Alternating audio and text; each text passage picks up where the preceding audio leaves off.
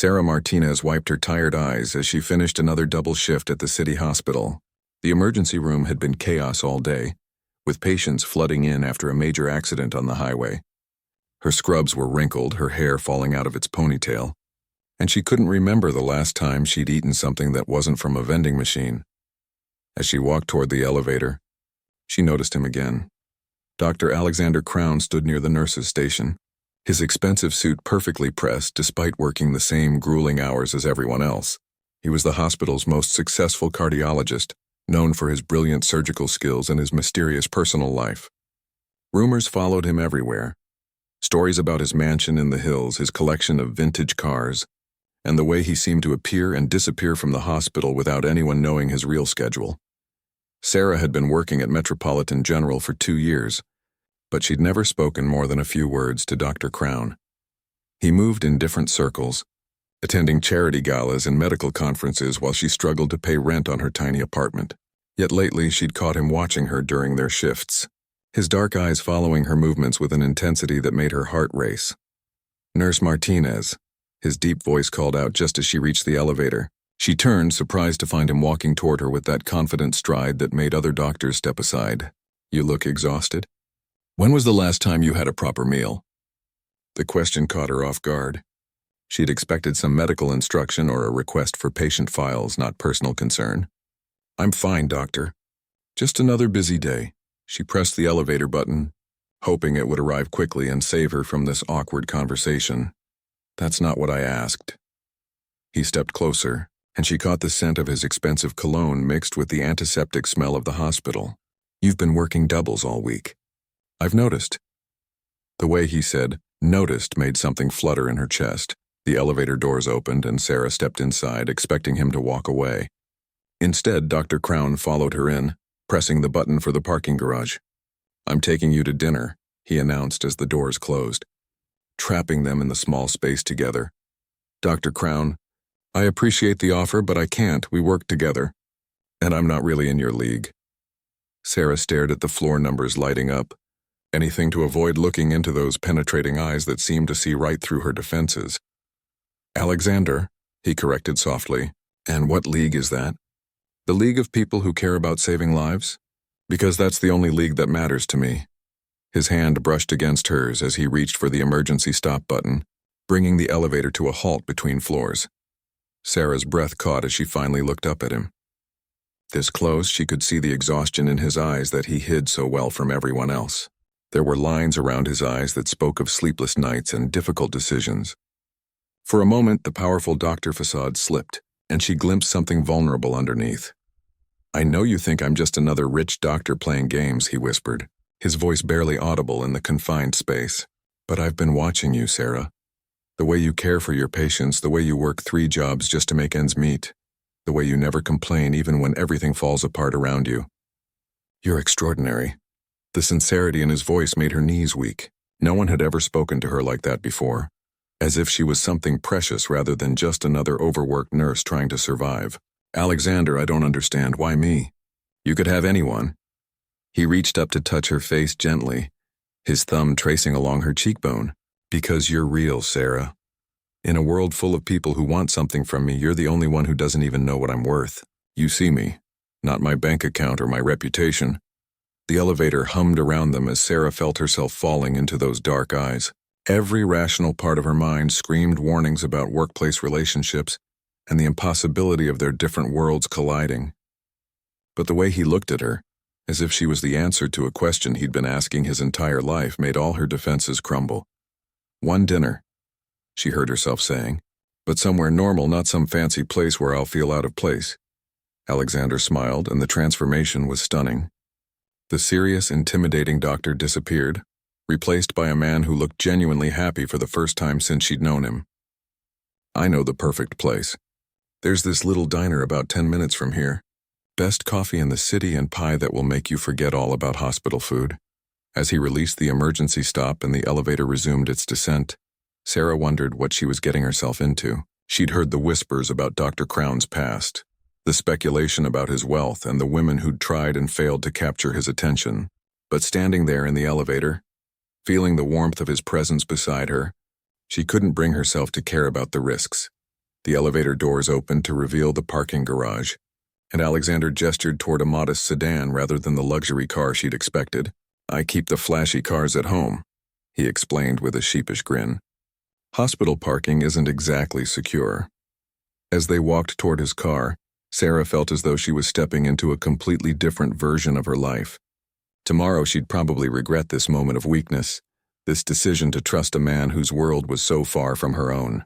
But tonight, for the first time in months, she wasn't thinking about bills or double shifts or the endless struggle to stay afloat. Tonight, she was just a woman walking beside a man who'd whispered her name like a prayer, and that was enough to make her forget every reason why this was a terrible idea. The diner Alexander chose was nothing like what Sarah had expected. Tucked between a laundromat and a used bookstore, Murphy's Cafe looked like it hadn't been updated since the 1970s. Red vinyl booths lined the windows, and the smell of bacon and coffee filled the air. It was exactly the kind of place Sarah would choose herself, which made her wonder how a millionaire doctor had discovered it. "I come here when I need to think," Alexander explained as they slid into a corner booth. "The owner, Murphy, doesn't care who I am or what I do. He just makes great coffee and minds his own business." He gestured to an elderly man behind the counter who waved back with a knowing smile. Sarah found herself relaxing for the first time in weeks. The fluorescent hospital lights were replaced by warm, dim lighting, and the constant beeping of machines was replaced by the gentle hum of conversation and clinking dishes. "How did you find this place?" 3 years ago, I had a patient who died on my table, a 7-year-old girl with a heart defect. Alexander's voice grew quiet, his hands wrapped around his coffee mug like an anchor. "I walked out of the hospital and just started driving. Ended up here at 2 in the morning and Murphy was still open. He took one look at me and knew I'd had a bad day." The vulnerability in his admission surprised Sarah. She'd never imagined the confident Dr. Crown struggling with loss the way she did. "I remember that case. The whole hospital was talking about it. Everyone said you did everything possible. Everyone except me." He looked up at her and she saw years of carefully hidden pain in his eyes. "That's the thing about having money, Sarah. People assume it fixes everything, makes every loss easier to bear. But when you're standing over a child who'll never see her 8th birthday, your bank account doesn't matter at all." Their conversation was interrupted by Murphy himself, who approached their table with a pot of coffee and a warm smile. "The usual, Doc? And what can I get for your lovely friend here?" Alexander ordered the meatloaf dinner, which made Sarah smile. Here was a man who probably had chefs at his disposal, choosing comfort food at a neighborhood diner. She ordered the same, feeling oddly connected to this glimpse of his simpler side. "So tell me about the 3 jobs," Alexander said after Murphy left. "I know you work here at the hospital, but what else?" Sarah felt heat rise in her cheeks. Her other jobs felt so small compared to his world of high-stakes surgery and medical conferences. "I tutor nursing students on weekends and I work at a clinic in the South Side on my days off. It's not glamorous, but it pays the bills." "That's not why you do it." His statement was so confident that Sarah looked up in surprise. "I've seen you with the nursing students. You light up when you're teaching. And the Southside Clinic? You could make more money working private practice shifts, but you choose to work where people really need help." The fact that he'd observed her so closely was both flattering and unsettling. "How do you know so much about my schedule?" Alexander had the grace to look embarrassed. "I may have asked around. Not in a creepy way," he added quickly, seeing her expression. "I just wanted to understand what kind of person you are. In my experience, most people are motivated by money or status. You're motivated by something else entirely." Their food arrived, and Sarah was grateful for the distraction. The meatloaf was exactly as comforting as it looked, and she realized she hadn't had a real meal in days. As they ate, Alexander told her about his medical school years, his struggles with the pressure of being the son of 2 famous surgeons, and his decision to specialize in cardiology after watching his grandfather die of a heart attack. "What about your family?" he asked as they shared a piece of apple pie that Murphy had insisted they try. "Are they in medicine too?" Sarah's fork paused halfway to her mouth. This was the part of getting to know someone that she always dreaded. "My mom works 2 jobs to support my younger brother. Dad left when I was 16. I got into nursing because we needed the steady income, and I could work while going to school." Instead of the pity she usually saw in people's eyes when she shared her story, Alexander nodded with understanding. "That explains why you're so driven. You've been taking care of people your whole life. The simple acceptance in his voice made something tight in Sarah's chest loosen. She'd spent so many years feeling defensive about her background, ready to justify her choices to people who couldn't understand them. But Alexander wasn't judging her circumstances. He was admiring her strength. "What about you?" she asked, turning the conversation back to him. "What's it like growing up with all that pressure and privilege?" Alexander's expression darkened slightly. "Lonely," he said after a long pause. "When everyone wants something from you, it becomes impossible to know who genuinely cares about you as a person. I learned early that my bank account was more interesting to most people than anything I had to say." The bitterness in his voice made Sarah's heart ache. She'd always assumed wealthy people couldn't really understand loneliness. But looking at Alexander now, she realized that money might create its own kind of isolation. "That must be why you keep your personal life so private," she observed. "The rumors at the hospital make you sound like some kind of mysterious bachelor living in a castle somewhere." Alexander laughed, the sound genuine and warm. "A castle? That's a new one, though I suppose my house is rather large. Too large really for one person." He paused, seeming to weigh his next words carefully. "I'd like to show it to you sometime if you're interested. I think you might understand why I prefer places like this." The invitation hung between them like a bridge to a world Sarah had never imagined entering. Part of her was terrified of discovering just how different their lives really were. But a larger part was curious about the man who chose diners over fine dining and spoke about loneliness with such raw honesty. "I'd like that," she said quietly, surprised by her own boldness. Alexander's smile in response was radiant, transforming his entire face. "Tomorrow night? I could pick you up after your shift." As they prepared to leave, Murphy approached their table one more time. "You take care of this one, Doc," he said to Alexander with a meaningful look. "She's got good eyes.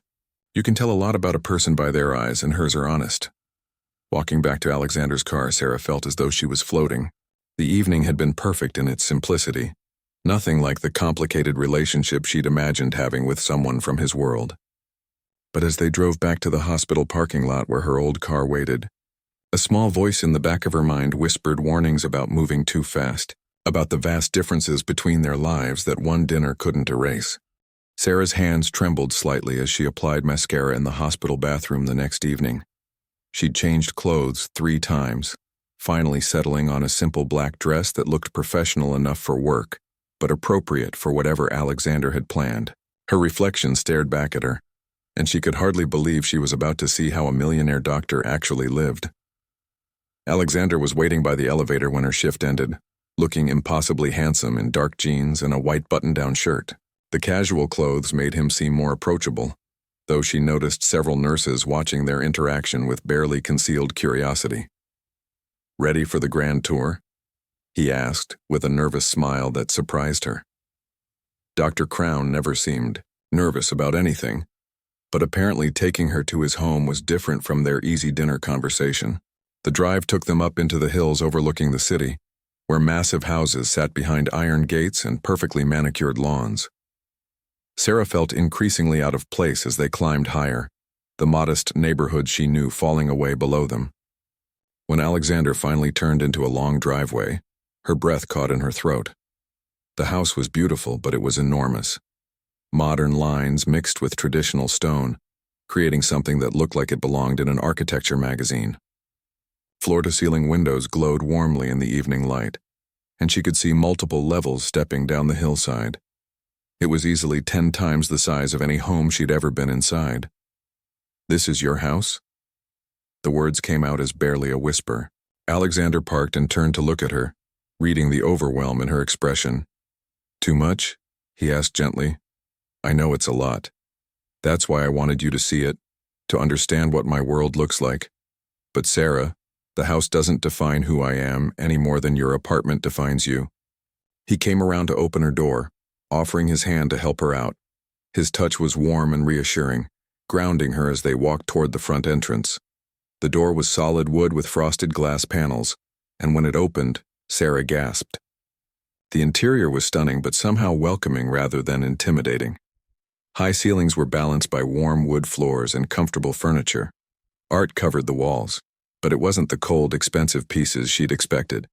Instead, she saw photographs of medical missions in remote countries, children's drawings that looked like gifts from grateful patients, and landscapes that seemed chosen for their emotional impact rather than their price tags. "This isn't what I expected," Sarah admitted as Alexander led her through the main living area. "I thought everything would be formal and untouchable. Most of it was until about 5 years ago," Alexander said, running his hand along the back of a well-worn leather couch.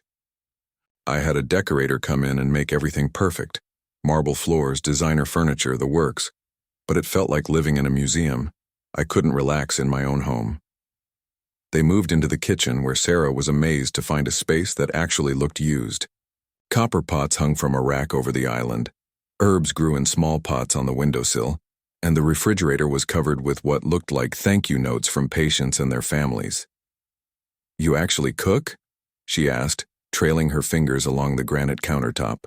"Cooking helps me think," Alexander said, opening the refrigerator and pulling out ingredients.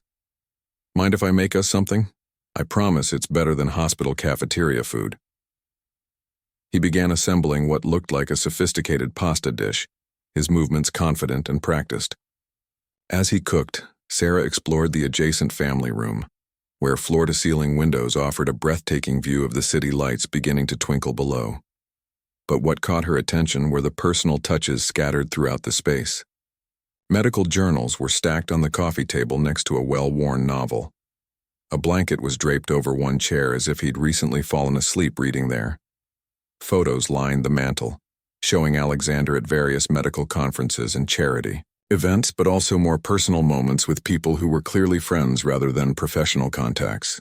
"Tell me about these," Sarah said, pointing to a series of photos showing Alexander in what looked like a rural clinic, surrounded by children and local doctors.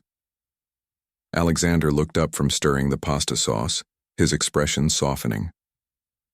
"Medical missions. I try to go twice a year, usually to places where cardiac surgery is desperately needed but rarely available. Those kids you see? Most of them had heart defects that would have been death sentences without intervention." Sarah studied the photos more closely, seeing the genuine joy on Alexander's face as he held a small boy who was grinning despite the surgical scar across his chest. "This is what you really care about, isn't it? Not the fancy surgeries for wealthy patients, but this." "How did you know that?" Alexander asked, abandoning his cooking to join her at the mantel. "The way your whole face changes when you talk about it. The same way you looked when you told me about choosing the Southside Clinic." Sarah picked up another photo, this one showing Alexander teaching a group of local doctors. "This is who you really are." Alexander was quiet for a long moment, studying her profile as she examined the photos. No one's ever understood that before. Most people think the medical missions are just tax write-offs or PR opportunities, even other doctors.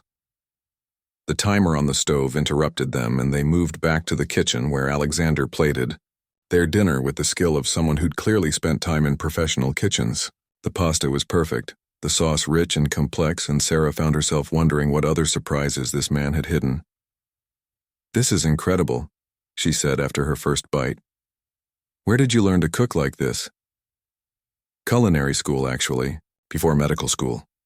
Alexander's admission came with a slightly embarrassed smile. "My parents were horrified. They thought I was throwing away my life to become a chef. It took 2 years of arguments before I agreed to apply to medical school instead. Do you ever regret that choice?" Alexander considered the question seriously, twirling pasta around his fork. "Sometimes. But then I remember that surgery and cooking aren't that different. Both require precision, creativity, and the ability to nurture. I can feed people's souls with cooking, but I can save their lives with surgery." After dinner, Alexander gave her a tour of the rest of the house. His bedroom was surprisingly simple, dominated by a king-size bed and more floor-to-ceiling windows. The master bathroom was luxurious but not ostentatious, and his walk-in closet was organized with military precision. But it was his home office that really revealed who Alexander Crown was beneath the public facade. Medical texts lined built-in shelves alongside cookbooks and novels. His desk was covered with patient files, research papers, and what looked like grant applications for medical missions. A corkboard held thank you letters from patients, photos from his charity work, and a single newspaper clipping about a successful surgery he'd performed on a homeless man. "This is your real world," Sarah said, taking in the organized chaos of someone who was passionate about their work. "This is where I spend most of my time when I'm home," Alexander admitted. "Planning surgeries, researching new techniques, writing grant proposals. I know it's not very exciting." Sarah turned to face him, surprised by the uncertainty in his voice. "Are you kidding? This is amazing. You're not just a doctor, Alexander. You're someone who's actually trying to change the world." The look he gave her in response was so intense that Sarah felt her breath catch.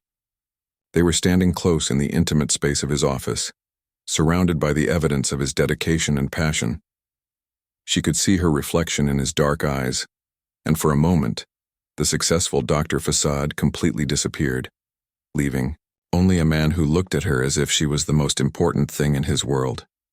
The weeks that followed their dinner at Alexander's house passed in a blur of stolen moments between shifts and quiet conversations in hospital corridors. Sarah found herself looking forward to work in ways she never had before, knowing that she might catch glimpses of Alexander throughout the day. Their relationship was evolving slowly, carefully, both of them aware that they were navigating uncharted territory. Alexander had been nothing but respectful, never using his position at the hospital to pressure her, or make their growing connection awkward for either of them. If anything, he was more professional than ever during work hours, though Sarah sometimes caught him watching her with an intensity that made her heart skip beats. It was on a particularly challenging Thursday evening that everything changed.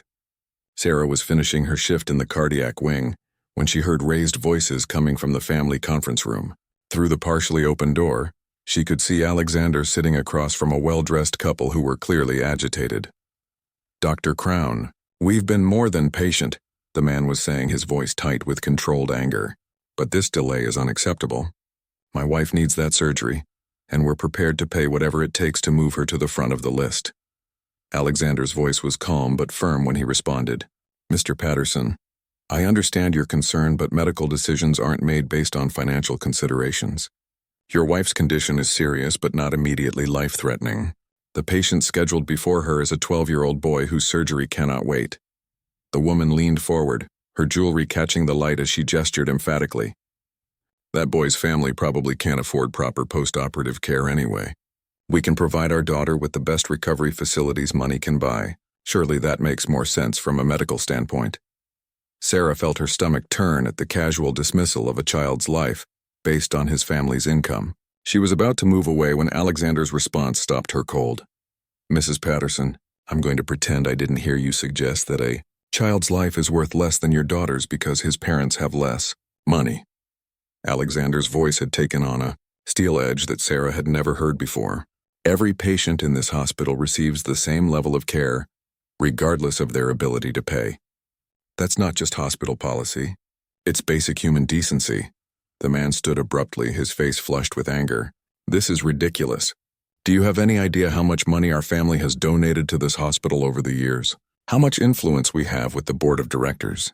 Alexander rose as well, his posture radiating quiet authority. "Mr. Patterson, if you're threatening me, you should know that I don't respond well to threats. Your daughter will receive excellent care when her surgery is scheduled according to medical priority. If you're not satisfied with that arrangement, you're welcome to seek treatment elsewhere." Sarah watched through the crack in the door as the couple exchanged furious glances. The woman's voice was icy when she spoke again. "You'll regret this, Dr. Crown. People like you always think you're untouchable, but everyone has vulnerabilities. Everyone has secrets that can be exposed." The threat was unmistakable, and Sarah felt a chill run down her spine. But Alexander's expression didn't change. "Good evening, Mr. and Mrs. Patterson. A nurse will escort you out." After the couple left, Sarah found herself hesitating outside the conference room. Alexander sat alone at the table, his head in his hands, looking suddenly exhausted. Without thinking, she knocked softly and entered. "Are you all right?" she asked quietly, closing the door behind her.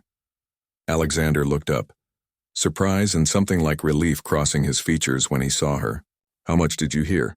"Enough to know that you just made some powerful enemies to protect a 12-year-old patient." Sarah moved closer, noticing the tension in his shoulders. "That was incredibly brave," That was incredibly stupid, Alexander corrected, but his voice was soft. The Pattersons aren't people you want as enemies. They have connections throughout the city, and they don't forgive or forget. Sarah sat down across from him, studying his face in the harsh fluorescent light. Do you get that kind of pressure often? People trying to buy their way to the front of the line? Alexander was quiet for a long moment, his fingers drumming against the table. More than you might think. When you're known for being successful, people assume everything is for sale, including your ethics. He looked up at her, his dark eyes troubled. That's why I wanted you to understand my world, Sarah. It's not just about the money or the house or the lifestyle. There are complications you can't imagine. The warning in his voice was subtle but unmistakable. Sarah felt her chest tighten as she realized what he was trying to tell her. You think I can't handle your complications? I think you're too good for them, Alexander said quietly. You've built a life based on helping people and doing the right thing. My world is full of people like the Pattersons, people who think money gives them the right to make demands that go against everything I believe in. Sarah reached across the table to cover his hand with hers. Alexander, I've been poor my entire life. I know exactly what money can and can't buy. What I saw in there wasn't about your wealth. It was about your character. You chose to protect a child over making powerful allies. That tells me everything I need to know about who you are. Alexander turned his hand over to capture hers, his thumb tracing across her knuckles. You say that now, but what happens when the pressure really starts? When people start looking into your background, questioning why I'm with someone who doesn't fit their expectations, when they start making things difficult for you at work or in other parts of your life. The questions hung between them like a challenge. Sarah realized that they'd reached a crossroads in their relationship, a moment where they had to decide whether what they were building was worth the risks that came with it. Are you asking me to walk away? She asked, her voice steadier than she felt. I'm asking you to understand what you're walking into, Alexander replied. Because once we cross this line, once people know about us, there's no going back to the simple dinners and quiet conversations. Everything becomes public, political, and potentially dangerous. Sarah looked down at their joined hands, thinking about everything Alexander had shown her over the past few weeks. The man who cooked dinner while talking about medical missions, who kept thank you letters from patients on his refrigerator, who chose integrity over influence when powerful people tried to corrupt his judgment. The man who looked at her as if she was the answer to every question he'd ever asked. I'm not going anywhere, she said firmly, meeting his eyes. But I need you to promise me something in return. Anything. No more secrets. If we're going to face whatever comes next, I need to know everything about your world, not just the parts you think I can handle. Sarah's voice was steady, but her heart was racing. I need to know about the complications, the enemies, and yes, even the things you think might scare me away. Alexander studied her face for a long moment, and Sarah could see him making a decision that would change everything between them. When he finally spoke, his voice was barely above a whisper. There are things about my past, about how I made my money and who I had to become to survive in this world, that you might not understand. Things I've done that I'm not proud of. He paused, his grip on her hand tightening. But you're right. If we're going to do this, you deserve to know everything. The intensity in his voice made Sarah's breath catch. She had the sudden feeling that she was about to learn something that would change her perception of Alexander Crown forever. But she'd come too far to turn back now. Alexander had arranged to pick Sarah up after her shift the following evening, promising to share the full truth about his past. She spent the entire day alternating between anticipation and dread, wondering what revelations could possibly be so serious that he'd warned her multiple times about their impact. When she climbed into his car, the tension was immediately apparent. Alexander's usual warm smile was replaced by a tight expression, and his hands gripped the steering wheel with white knuckles. Instead of heading toward his house or Murphy's Cafe, he drove to a secluded overlook that provided a panoramic view of the city below. Before I tell you this, Alexander began, turning to face her in the gathering dusk, I need you to understand that everything I'm about to say happened before I knew you existed. The man I was then isn't the man I am now, but he's still part of my history. Sarah felt her heart begin to race, but she kept her voice steady. Just tell me, Alexander. Whatever it is, we'll figure it out together. Alexander took a deep breath, his eyes fixed on the city lights beginning to twinkle below them. My wealth didn't come entirely from surgery and investments. 5 years ago, I was involved in medical insurance fraud. Not the kind where you overcharge for procedures, but something much more sophisticated and much more lucrative. The words hit Sarah like a physical blow. Of all the secrets she'd imagined, this hadn't been among them. What kind of fraud? I was part of a network that manipulated organ donation lists, Alexander continued, his voice barely above a whisper. Wealthy patients who needed transplants would pay enormous sums to move up the waiting lists. We falsified medical records, bribed officials, and essentially sold organs to the highest bidders while people who couldn't afford our services died waiting. Sarah felt the blood drain from her face. The ethical implications were staggering. The betrayal of everything medicine was supposed to represent. How many people died because of what you did? I don't know, Alexander said, and the anguish in his voice was unmistakable. That's the worst part. I can count the patients we helped, but I'll never know how many people died because we pushed them further down the lists. The guilt eats at me every single day. Sarah stared out at the city, trying to process what she'd just heard. This was the same man who'd refused to let wealthy patients pay their way to the front of his surgical schedule, who spent his free time performing charity surgeries in remote clinics. What made you stop? A 7-year-old girl named Maria Santos, Alexander said, his voice breaking slightly. She needed a heart transplant and her family had no money, no insurance, no way to pay for our services. While she was dying in the pediatric ward, we moved 3 adult patients ahead of her because they could afford our fees. She died 2 days before a compatible heart became available. The silence in the car was deafening. Sarah could hear Alexander's labored breathing as he relived what was clearly the defining moment of his life. That's the case you told me about at Murphy's, the one that sent you walking through the streets at 2 a.m. I lied about that, Alexander admitted. It wasn't a surgical complication that killed her. It was my greed, my willingness to treat human organs like commodities to be sold to the highest bidder. I killed that little girl as surely as if I'd refused to operate when I had the chance. Sarah closed her eyes, trying to reconcile the man sitting beside her with the person he was describing. How did you get out of it? I turned myself in, Alexander said simply. Walked into the FBI field office the morning after Maria died and told them everything. Named names, provided documentation, testified in court against my former partners. I spent 18 months under federal investigation while they unraveled the entire network. You weren't prosecuted? My cooperation earned me immunity from criminal charges. But the medical board suspended my license for 2 years.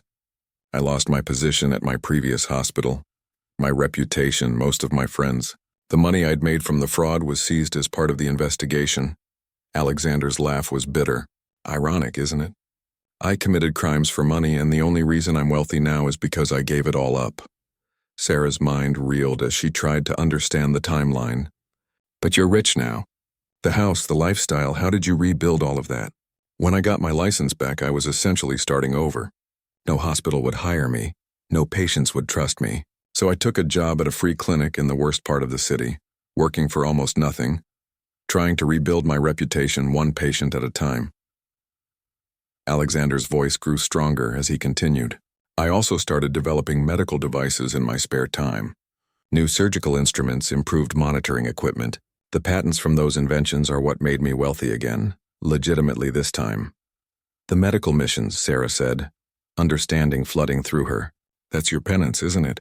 Trying to save as many lives as you can to balance the scales? It's not penance, Alexander corrected gently. It's who I discovered I was supposed to be all along. But yes, every life I save feels like a small step toward redemption for what I did to Maria and all the others. Sarah sat in stunned silence, watching the lights of the city blur as tears filled her eyes. The man she'd fallen for was built on a foundation of guilt and redemption, success earned through the ashes of moral failure. Everything about him suddenly made sense. His fierce protection of medical ethics, his dedication to charity work, his suspicion of wealth and privilege. Why are you telling me this now? She finally asked. Because the Pattersons weren't making idle threats yesterday, Alexander said, his voice heavy with dread. They have connections to people who know about my past. If we continue this relationship, if you become visibly associated with me, they'll use that information to destroy both of us. They'll make sure every detail of my history becomes public knowledge, and they'll paint you as either an accomplice or a naive fool who was deceived by a criminal. The implications hit Sarah like a tsunami. Her nursing license, her career, her family's reputation, everything she'd worked for could be destroyed by association with Alexander's past. The smart thing, the safe thing, would be to walk away now before the damage could spread to her life. "I need time to think," Sarah said quietly, and she saw Alexander's face crumble at her words. "Of course you do," he whispered. "I'll drive you home." The ride back to Sarah's apartment passed in tense silence. When Alexander pulled up to her building, he turned to face her one last time. "Sarah, I want you to know that falling in love with you has been the best thing that's happened to me since I got my life back. Whatever you decide, please don't doubt that what we've shared has been real." Sarah's breath caught at his casual mention of love, the word hanging between them like a bridge she wasn't sure she was brave enough to cross. "Alexander, don't say anything now," he interrupted gently. "Think about everything I've told you. Consider what being with me could cost you. Then decide if what we have is worth the risk." As Sarah walked toward her apartment building, she could feel Alexander watching her every step. When she reached her door and turned back, his car was still there, as if he couldn't bear to drive away. She raised her hand in a small wave, and only then did she see him pull away into the night, leaving her alone with the most difficult decision of her life. Sarah spent 3 sleepless nights wrestling with Alexander's revelation. She found herself unable to concentrate at work, going through the motions of patient care while her mind churned through the impossible decision before her. Every time she thought she'd made up her mind to walk away, she remembered the pain in his voice when he'd spoken about Maria Santos, or the way his eyes lit up when he talked about his medical missions.